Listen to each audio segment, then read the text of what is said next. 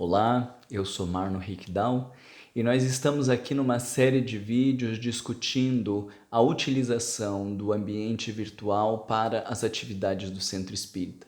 Já fizemos um vídeo de introdução, já fizemos um segundo vídeo falando sobre o atendimento fraterno e agora eu queria falar um pouco a respeito das palestras. Nós temos aí uma grande e importante questão para discutir em relação às palestras.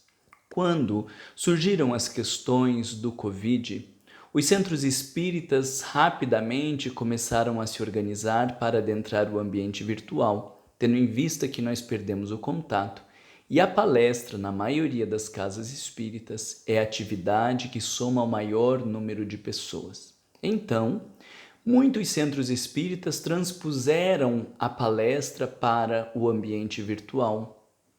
E alguns outros centros espíritas começaram a fazer lives com bate-papos e não mais a conotação de palestra, mas uma conversa um pouco mais informal, com perguntas e respostas.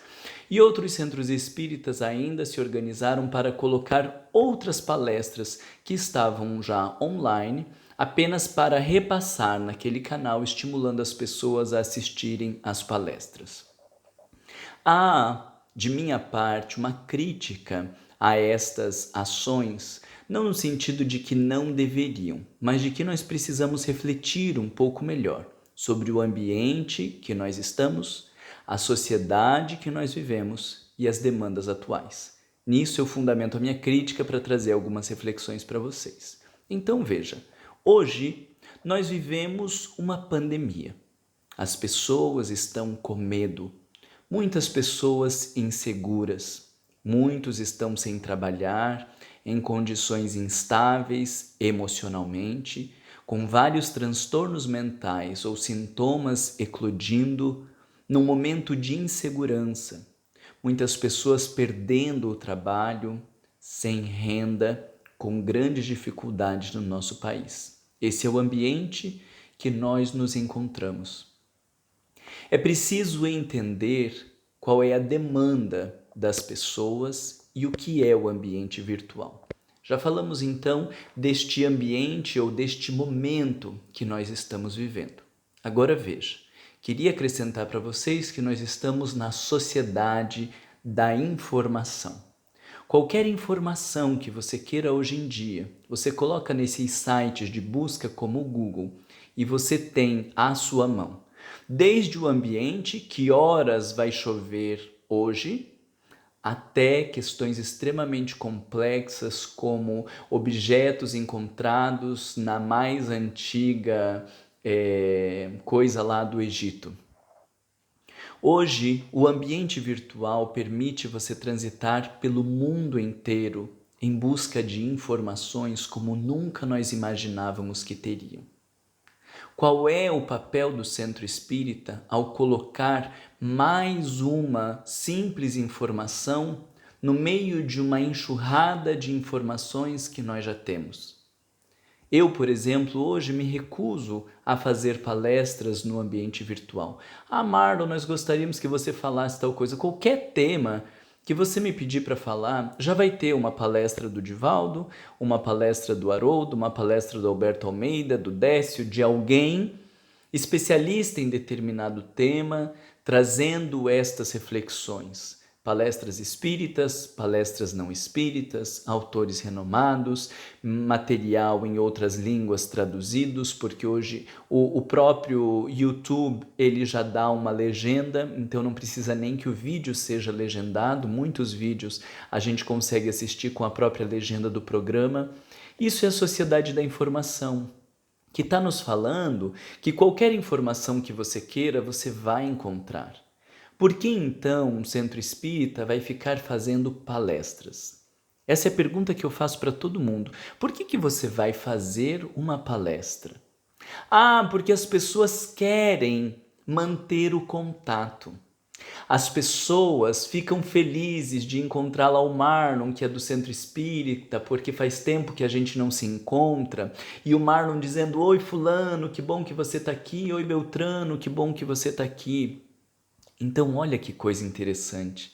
Numa sociedade da informação, Elas estão participando das palestras que têm por objetivo passar mais uma informação, mas talvez o mais importante que elas estejam buscando não é a própria informação, e sim o ser visto, o vínculo, a relação, o cuidado, o cuidar, o ser cuidado.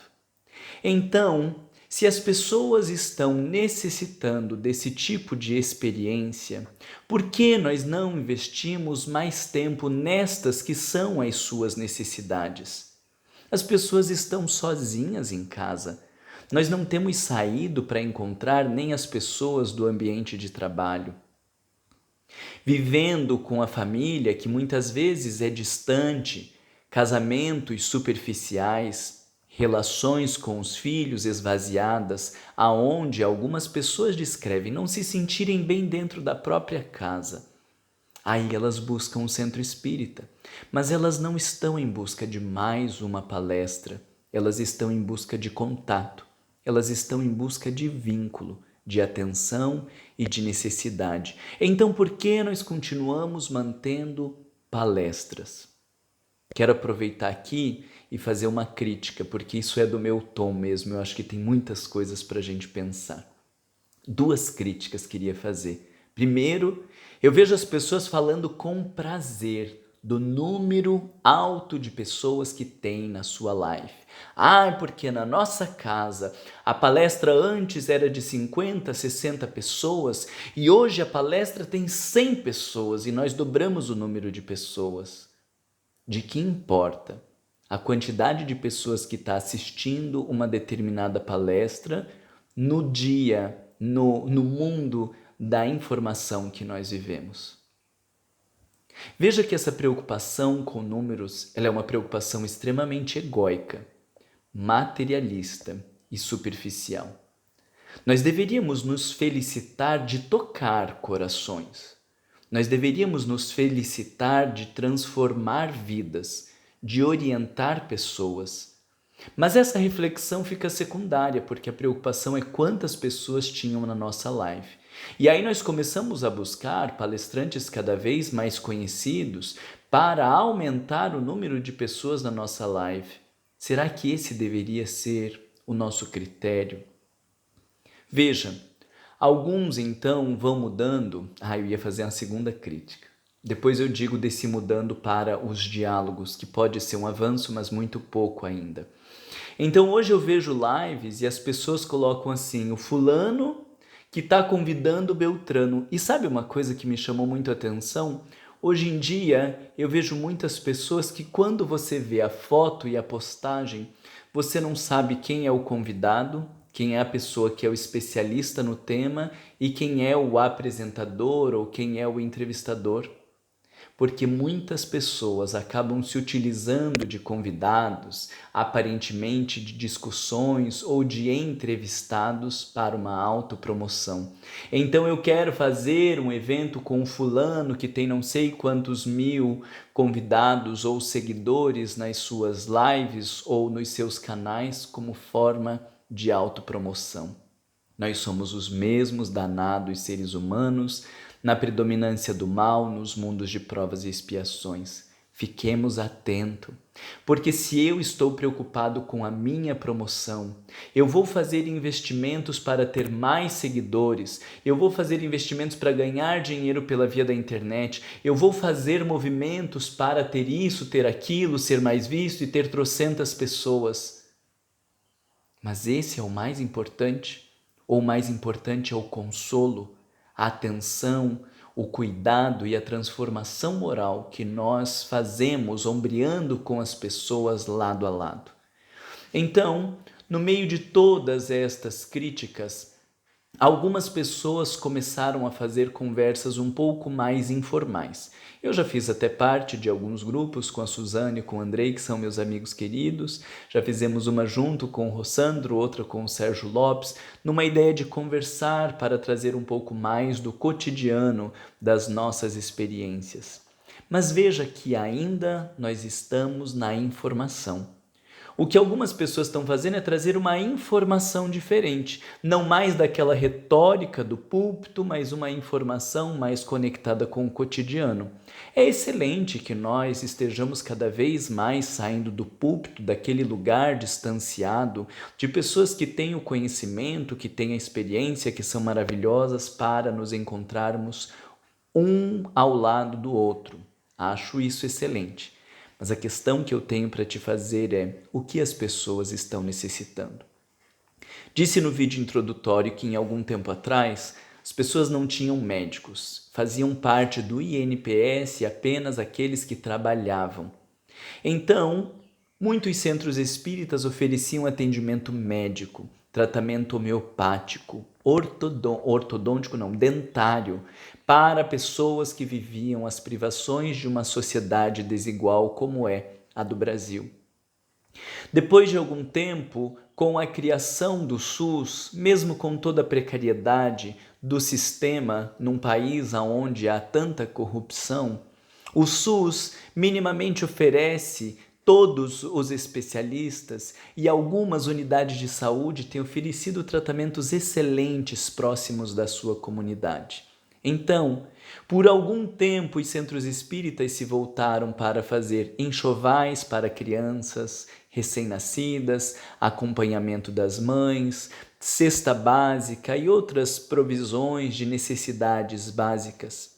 Mas hoje nós temos o CRAS, nós temos o FAS, temos vários aparelhos na nossa sociedade que visam dar um pouco mais de atenção a essas necessidades. E eu estou fazendo esse histórico para nós irmos pensando quais são as necessidades das pessoas e mostrar que os espíritas, movidos pela mensagem de Jesus, sempre foram ao encontro da necessidade da população. Agora eu te coloco um desafio: pensar qual é a necessidade da população atual. Nós estamos carentes de contato, nós estamos carentes de vínculo, de aproximação, de ver e de sermos vistos.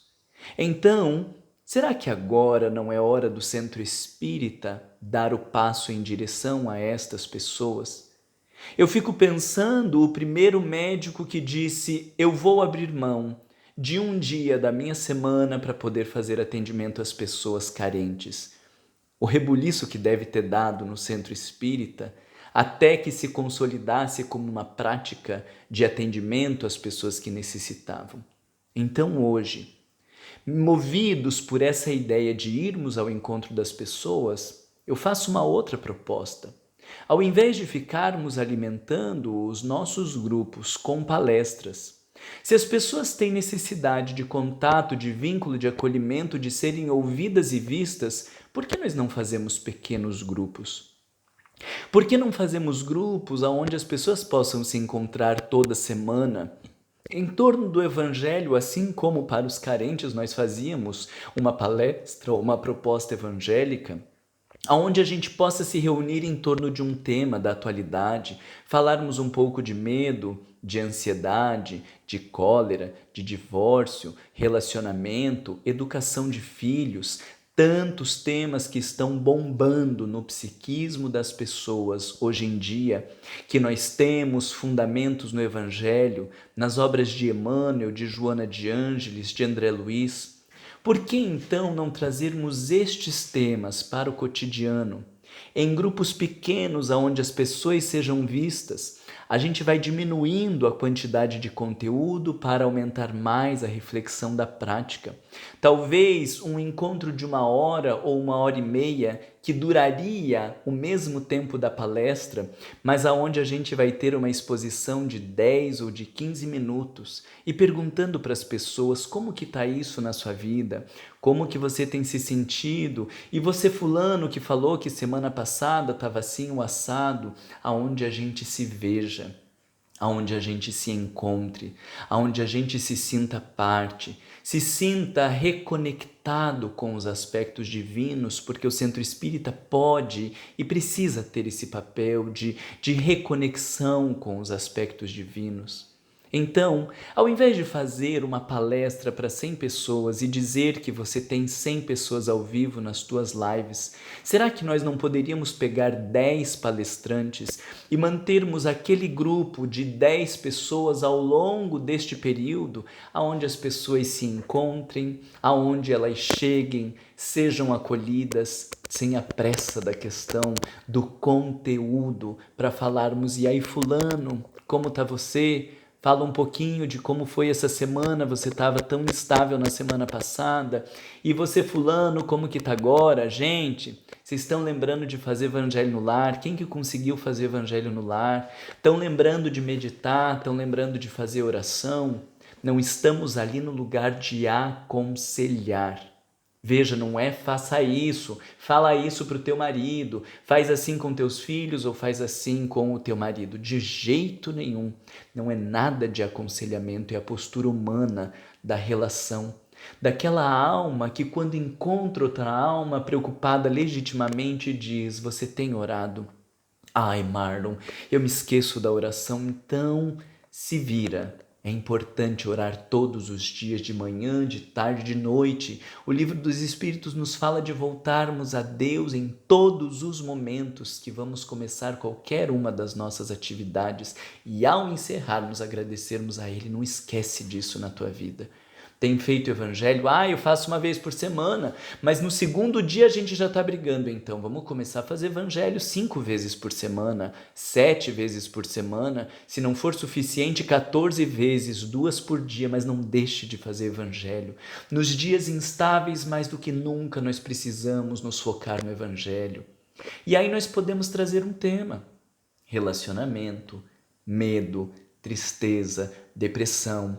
Não vamos fazer aconselhamentos, vamos fazer estudo. Vamos estudar os textos da doutrina, mais 15 minutinhos de estudo, 20 no máximo, e deixamos a 1 hora para poder ouvir aquelas pessoas, para que elas desabafem, para que elas falem das suas dores. E você, como coordenador deste grupo, não vai se intrometer na vida da pessoa. Você vai dizer, e o que a doutrina espírita te diz sobre isso? Ou se é relacionado ao tema, você vai dizer, e o que o nosso texto te orienta sobre isso? E assim, nós saímos do lugar de aconselhamento para colocar a doutrina espírita como a grande conselheira na vida das pessoas. Mas ainda, pelo nosso nível de imaturidade, nós precisamos de alguém que nos pergunte o que a doutrina espírita diz sobre isso, para que a pessoa leve um susto e diga, gente, eu não tinha pensado. E aí ela diz, eu não sei, então vá ler o Evangelho, vá ler o Livro dos Espíritos, procure esse tema e vá estudar para descobrir o que os espíritos superiores têm a te dizer. E aí nós estamos resgatando ou fortalecendo cada vez mais o lugar do Consolador prometido. Esse é o meu desafio, de que o Centro Espírita hoje consiga entender que não está no lugar de passar informação, porque nós já temos demais e temos tudo o que precisamos. Nós estamos no lugar do vínculo, do cuidado e do contato. E aí olha o que eu acabo de lembrar de Allan Kardec em A Gênese, no último capítulo, São chegados os tempos. É providencial isso, né?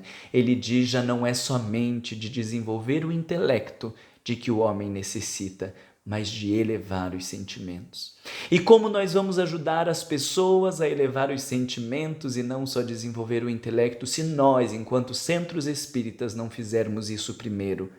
Não se preocupar tanto com o desenvolvimento avantajado do intelecto, mas usarmos do intelecto para o favorecimento da fraternidade. 15 minutos, 20 minutos de uma abordagem e vamos conversar sobre esse tema, como cada um está se sentindo em relação a esse tema, como cada um pensa. Não é espaço de aconselhamento, não é espaço de orientação do faça isso ou faça aquilo. Sempre o coordenador vai estar retomando e o que o texto te diz, e o que a doutrina te diz. Se um outro participante quer aconselhar o outro, a gente diz, desculpa fulano, vou te cortar. Aqui nós não estamos para aconselhar, nós estamos para estudar a doutrina e ver como ela nos diz. Então, com todo respeito com a sua opinião, a pergunta que eu tenho para o fulano é o que a doutrina espírita te diz para fazer. Ah, eu não sei. E você tem entrado em contato com o seu mentor e o que o seu mentor te diz para fazer, ah, eu não sei. Então retome lá, contato com o seu mentor, retome a leitura regular do Evangelho diariamente para que você encontre as respostas para a sua vida. Esse pode ser o nosso papel, acolhimento, vínculo, fazer com que o outro se sinta parte, percebido, reconhecido, um espaço para que as pessoas possam falar dos seus medos, das suas angústias, mas não como um grupo terapêutico, porque não é essa a proposta, mas como um grupo cristão. Daquelas pessoas que se reuniam antigamente ao tempo de Jesus nas catacumbas. Eram lugares aonde depositavam os corpos das pessoas mortas e eles se reuniam para manter vivo o sentimento de conexão com o Cristo. Não podemos ser levados pelas loucuras de uma sociedade em momento de pandemia. Precisamos nos reunir neste ambiente de intimidade para mantermos a chama do Cristo vivo dentro de nós. Não importa quantos seguidores você tem, não importa quantas pessoas curtiram a sua live ou curtiram o Facebook da sua casa espírita. Eu acredito que a pergunta que nos importa é quantos corações você está consolando, ouvindo, acolhendo e ajudando a se voltar para o Cristo. E nesse sentido, nós temos muito, muito, muito trabalho pela frente.